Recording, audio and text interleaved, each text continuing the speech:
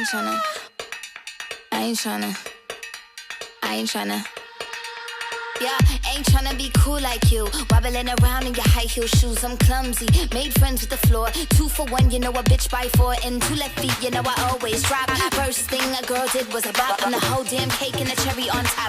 Shook up the bottom, made a good girl pop. You ain't even here to party. Ken in the club tryna pipe a Barbie. I don't wanna go with the flow back then till I touch my toes. I don't wanna roll the boat. Wrist full of rocks and I hope I float. Big up yourself cause you know they don't. I chew cause they hope I. Assalamualaikum warahmatullahi wabarakatuh. Halo teman-teman, bagaimana kabar kalian? Kami harap kalian selalu dalam keadaan yang sehat dan dilindungi oleh Allah Subhanahu wa Ta'ala. Kali ini, kami kelompok 4 dari kelas 4B mata kuliah program linier, program studi pendidikan matematika, Fakultas Keguruan dan Ilmu Pendidikan, Universitas Muhammadiyah Profesor Dr. Hamka akan menyampaikan materi mengenai metode Modified Distribution atau MODI. Ingin tahu lebih lanjut? Let's get started!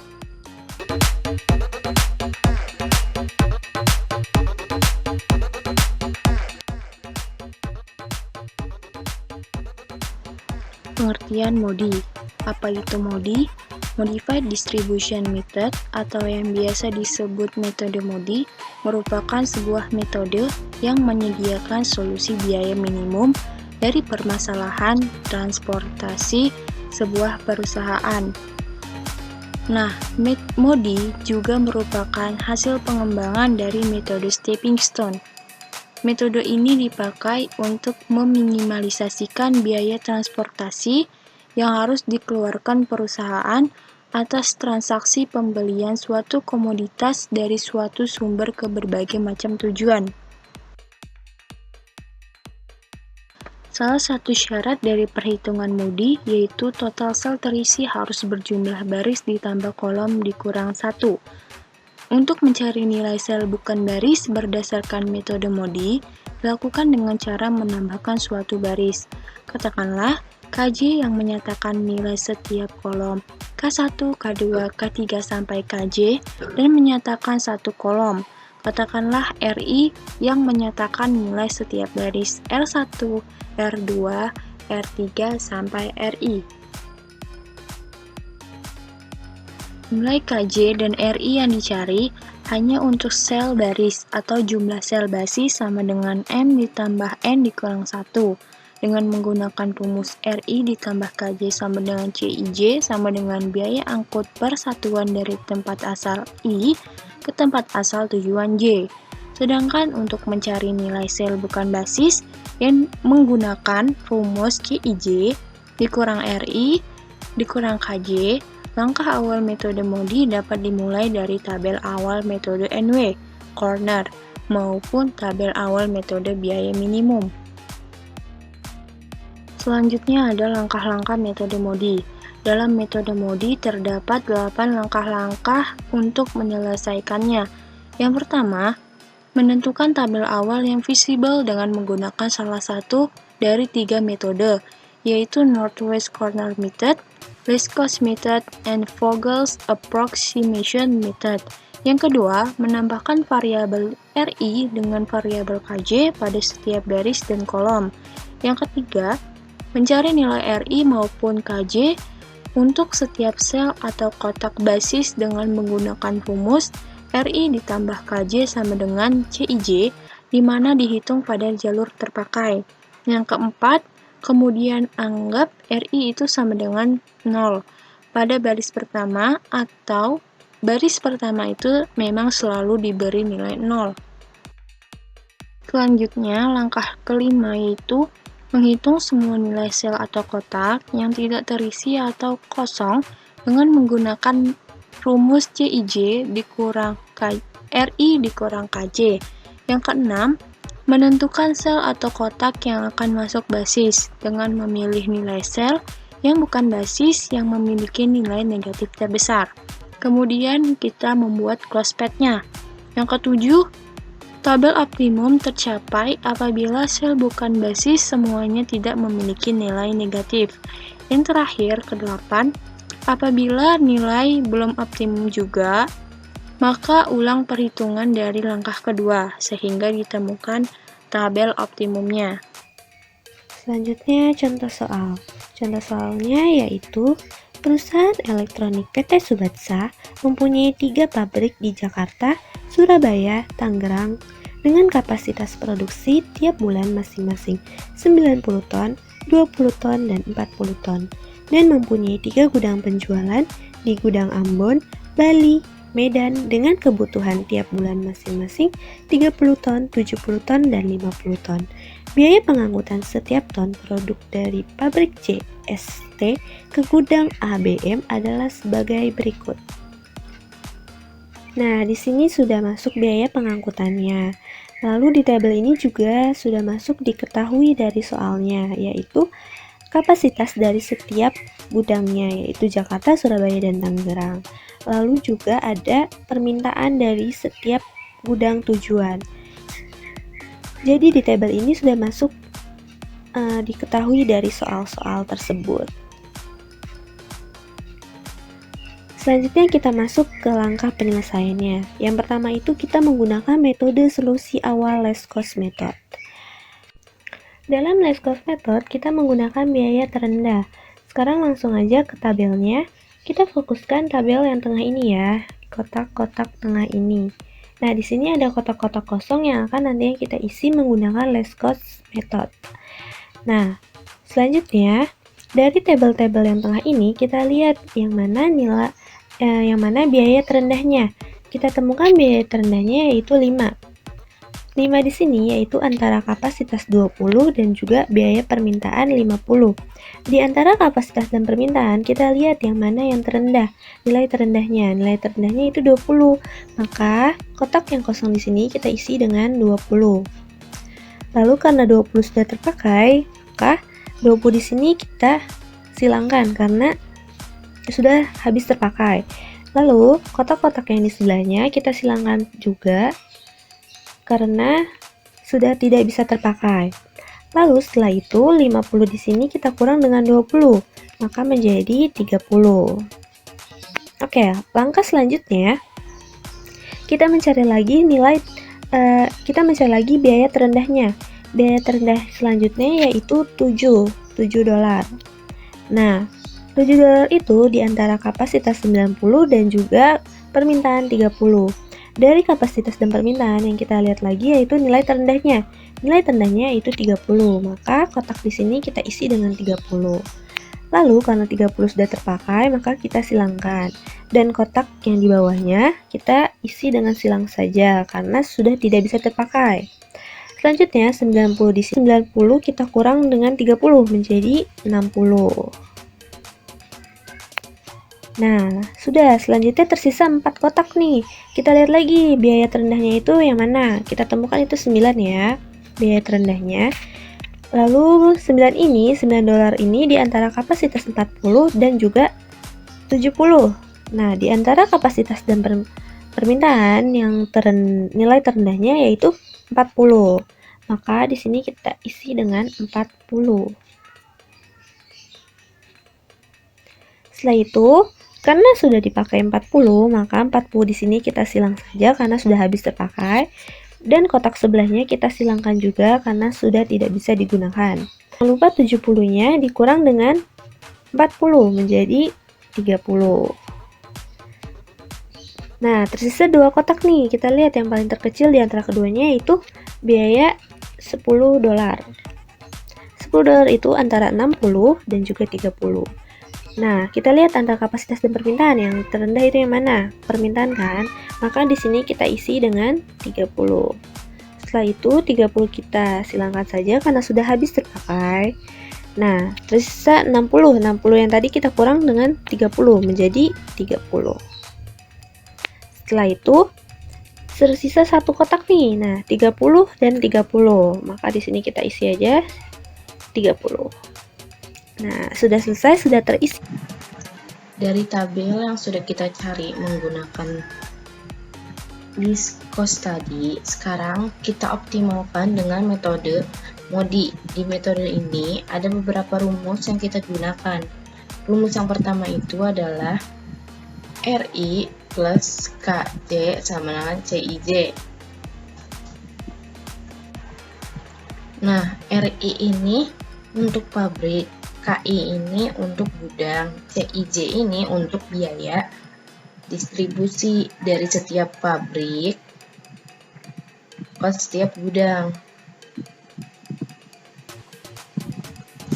Rumus ini akan kita gunakan ke kotak-kotak yang ada isinya nih, seperti ini nih yang ada isinya. Yang nilainya tidak ada tuh yang XX ini atau kosong, gak usah kita peduliin dulu ya. Nah, untuk yang ada isinya kita akan substitusikan ke rumus yang ini. Kita memisalkan RJ sama dengan 0. Nah, sebenarnya RJ-nya ini boleh kita jadi RS, RT gitu, boleh yang mana aja.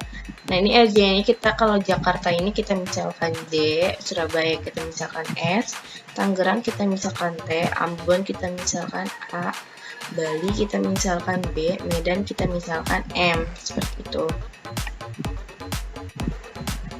Kita kan boleh memakai RJ, RS, RT. Nah, di sini kita memakai RJ sama 0. Tapi biasanya mau itu yang dimisalkan 0 itu tuh RJ biasanya. Yang pertama ini nih yang dimisalkan 0. Nah, di sini yang ada isinya itu RJ plus KA sama dengan CJA. Nah, RJ-nya ini kan 0, KA-nya ini yang kita cari. Nah, itu sama dengan 10 nih. Jadi RJ plus KA sama dengan CJA. Nah, ini tuh nilai C nih. Jadi 0 plus KA sama dengan $10. Jadi KA sama dengan $10. Nah, yang kedua ada RJ plus KB sama dengan CJB. RJ-nya itu 0, KB-nya itu yang kita cari. Nah, CJB-nya itu 15 nih, nilai CJB-nya. Jadi KB-nya itu $15. Dan selanjutnya ada RJ plus KM sama dengan CJM. RJ-nya itu 0, KM-nya itu yang kita cari. Nah, CJM-nya itu adalah 7. Jadi KM-nya itu adalah $7. Nah, selanjutnya ada RS plus KM. Ini RS plus KM sama dengan CSM. RS ditambah KM. Nah, KM-nya itu tadi kita udah ketemu nih, nilai KM sama dengan $7. Berarti yang selanjutnya kita cari ada RS-nya. Nah, di sini CSM-nya adalah $5. Jadi RS-nya sama dengan min $2. Nah, selanjutnya ada RT plus KB sama dengan CTB. Nah, RT-nya ini yang kita cari. Nah, KB-nya ini tadi kan kita udah ketemu nih. KB-nya itu adalah $15. Nah, sama dengan CTB-nya itu $9. Jadi, RT-nya itu adalah minus $6. Selanjutnya, kita menghitung kotak yang tidak diisi. Apakah sudah efektif atau belum? Apabila masih ada yang bernilai negatif, maka ada solusi yang lebih baik dari yang di atas dengan menggunakan rumus CIJ minus RI minus KJ sama dengan KIJ. Nah, dari yang kotak sebelumnya, ini kita tulis lagi nih yang tadi kita dapat nilai yang tadi kayak CIJ, KJ-nya, RI-nya nih kita tulis aja dulu di kotak ini ya supaya dapat mempermudah kita mencari nilai indeks perbaikannya. Nah, di sini yang nilainya 0 atau yang tidak diisinya ada 4 nih. Di sini sama di sini. Berarti ada 4. Nah, berarti dari Surabaya ke Ambon itu CIJ-nya adalah 8. Nah, dikurang RI-nya itu minus 2. Dikurang KJ-nya itu 10 nih. berarti indeks perbaikannya adalah 0. Nah, selanjutnya Surabaya, Bali. Nah, CIJ-nya ini ada 12, dikurang RI, RI-nya itu minus 2, dikurang KJ, KJ-nya itu ada 15. Berarti indeks perbaikannya itu minus 1. Selanjutnya ada Tangerang, Ambon. Tangerang, Ambon. Nah, di sini CIJ-nya ada 20, dikurang RI, RI-nya ini min 6. Nah, dikurang KJ, KJ-nya ini 10. Berarti indeks perbaikannya itu ada 16. Selanjutnya ada Tangerang, Medan. Tangerang, Medan. Nah, CIJ-nya ini ada 22, RI-nya ini ada minus 6, KJ-nya ini ada 7. Berarti indeks perbaikannya ada 21. Nah, karena masih ada yang bernilai negatif, maka solusi tersebut belum optimal. Jadi ini tuh belum optimal ya. Baik, langkah selanjutnya adalah memperbaiki alokasi dari sel yang bernilai negatif. Kita tahu bahwa sel yang bernilai negatif itu ada di sel Surabaya, Bali. Nah, kalau kita lihat di tabelnya, Surabaya, Bali, ini berarti ini sel yang bernilai negatif. Nah, langkah selanjutnya kita itu akan menggunakan metode stepping stone atau batu loncatan. Kita ambil dari sel yang ini, lalu kita berpindah ke kolom yang ini, lalu pindah ke atas, pindah ke sini, dan balik lagi ke tujuan awalnya. Jadi, arahnya ini tuh tertutup gitu. Nah, kita mulai dari sini, kan yang tadi ini nilainya negatif, kita anggap ini dulu positif, biar seimbang ini kita ganti negatif, lalu yang ini positif, dan yang ini negatif. Nah, lalu kita lihat, di mana dari antara nilai negatif ini yang bernilai paling besar, yaitu negatif 20, begitu. Nah, setelah kita tahu nilai yang paling rendah, setelah kita tahu nilai yang menjadi acuannya, kita operasikan dengan 20. Yang tadinya kita anggap nilai positif, kita tambah 20. Yang tandanya negatif, kita operasikan kurang 20. Nah, lalu kita operasikan yang ini plus 20 jadi nilainya 20. Nah, yang ini minus 20 dikurang dengan 20. Maksud saya? Nah, yang ini 20 kita kurangi dengan 20. Jadi hasilnya 0. Yang ini plus 30 kita tambah 20 jadi 50. Nah, yang ini 30 dikurang 20. Jadinya 10. Nah, setelah kita dapat, lalu kita buat lagi tabel yang baru. Nah, seperti ini tabel yang barunya. Yang tadi, nilai yang tadi kita masukkan, ini jadi 10, yang ini jadi 50, yang ini jadi 20, dan yang ini kita anggap kosong. Lalu setelah kita melakukan substitusi, kita buat lagi tabelnya. Langkah selanjutnya adalah kita melakukan pengecekan atas kolom terbaru dan menghitung indeks perbaikannya. Nah, tadi kan kita dapat hasilnya seperti ini ya. Ini 10, 50, 20, dan ini kosong. Yang lainnya sisanya sama. Nah, lalu kita hitung nih indeksnya sama kayak tadi.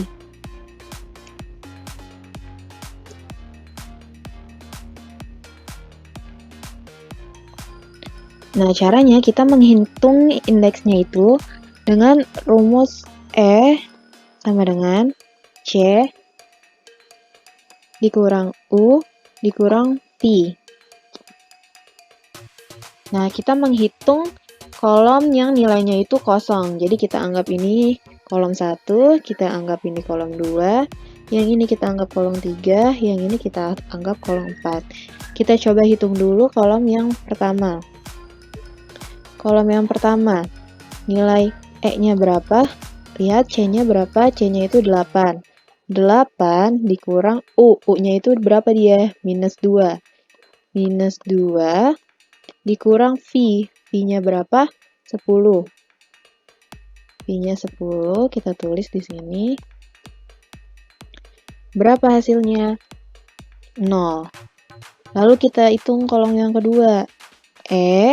Sama dengan kolom yang kedua tadi C-nya adalah 20. 20 dikurang U-nya adalah minus 6. Min 6 dikurang V-nya adalah 10. 10 sama dengan 16. Lalu yang ketiga, E-nya sama dengan U-nya ini 5. 5 kita kurangi dengan U-nya, maksud saya C-nya 5, kita kurangi dengan U-nya yaitu minus 2. Minus 2 dikurang dengan V-nya. V-nya adalah di sini 7 ya. 7. Kita kurang 7. Hasilnya jadi 0. Lalu yang keempat, yang terakhir, E-nya berapa? C-nya itu adalah ini, 22. Berarti 22 dikurang U-nya. U-nya adalah min 6. Min 6 dikurang lagi V. V-nya berapa? 7. 7. Hasilnya adalah 21. Nah, dari keempat angka yang kita peroleh ini udah nggak ada angka atau hasil yang negatif. Jadi kita bisa simpulkan bahwa tabelnya ini sudah menghasilkan nilai yang optimum. Nah, lalu maka karena sudah ada nilai kotak kosong yang bernilai negatif, ini menandakan kotak kedua adalah solusi yang optimal. Nah, setelah kita hitung-hitung, ini kita pindahkan ke tabel yang ini, total biayanya itu adalah segini, $1.400. Maka, total biaya transportasinya yang optimal adalah $1.400. Soal latihan. Suatu perusahaan mempunyai 3 pabrik di WHO dengan kapasitas produksi tiap bulan masing-masing 90 ton, 60 ton, dan 50 ton.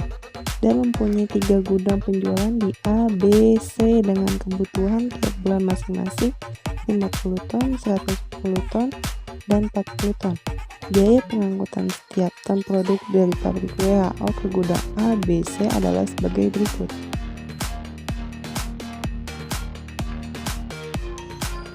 Tentukan alokasi hasil produksi dari pabrik-pabrik tersebut ke gudang-gudang penjualan dengan biaya pengangkutan terendah.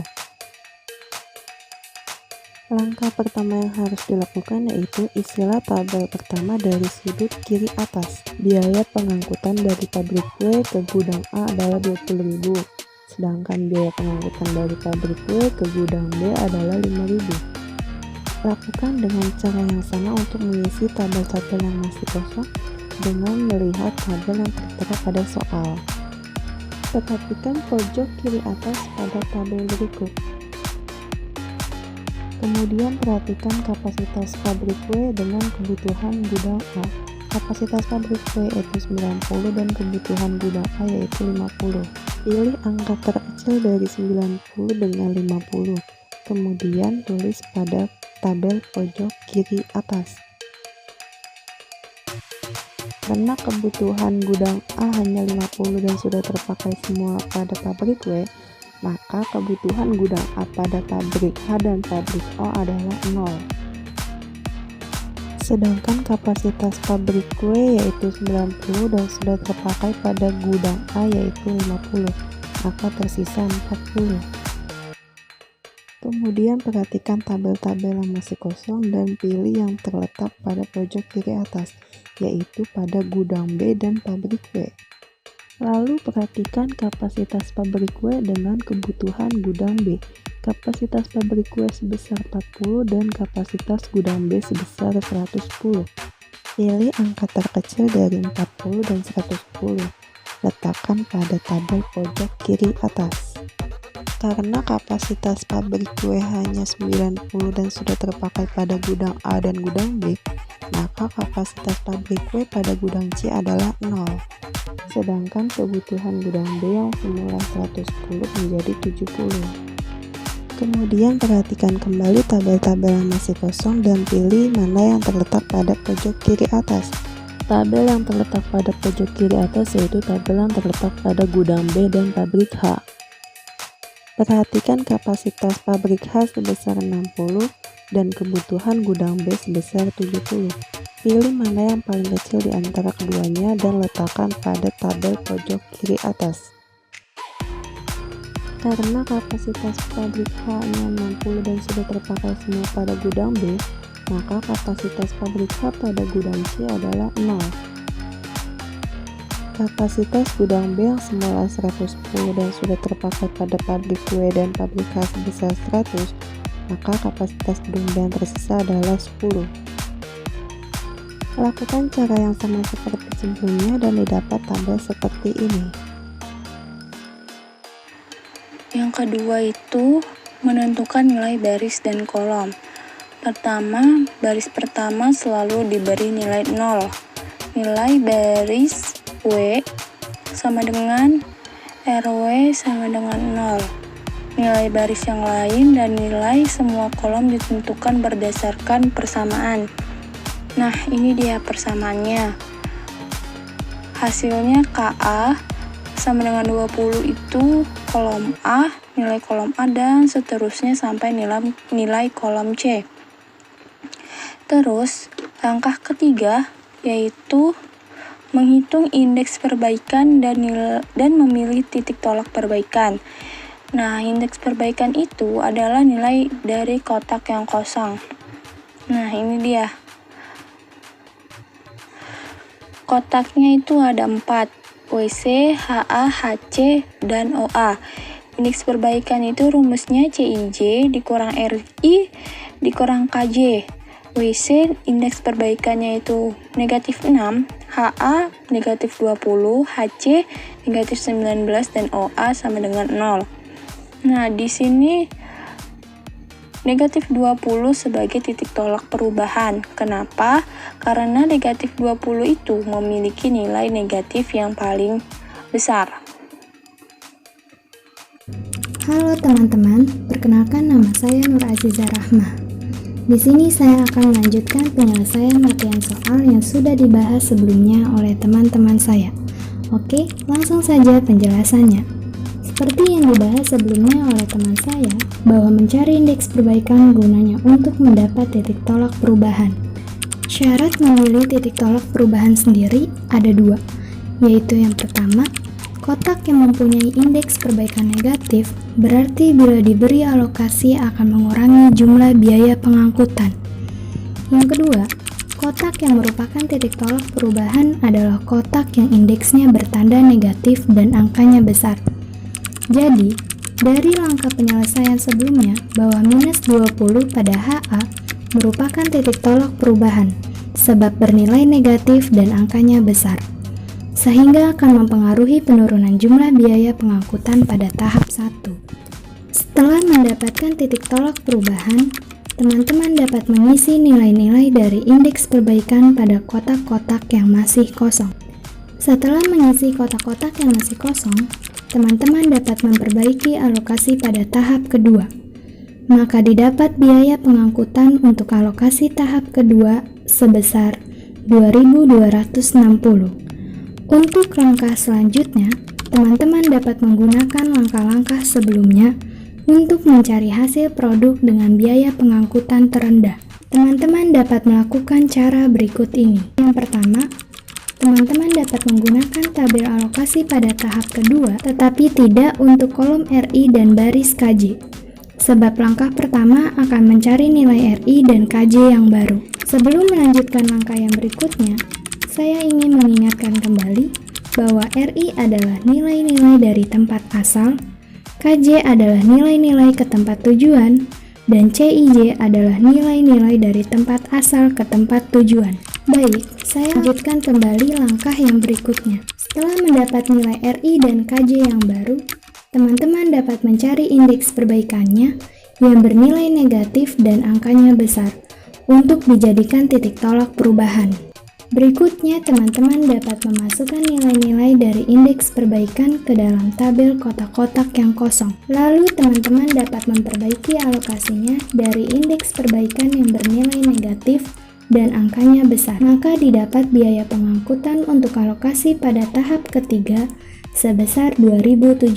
Langkah selanjutnya, teman-teman dapat mencari nilai-nilai RI dan KJ yang baru dengan menggunakan tabel alokasi sebelumnya. Kemudian teman-teman dapat mencari indeks perbaikannya kembali dengan catatan apabila indeks perbaikan masih ada yang bernilai negatif. Teman-teman dapat melakukan langkah seperti sebelumnya, yaitu memasukkan nilai indeks perbaikan ke dalam kotak-kotak yang kosong dan memperbaiki alokasinya. Apabila langkah selanjutnya indeks perbaikannya sudah bernilai positif, maka langkah tersebut adalah alokasi optimal.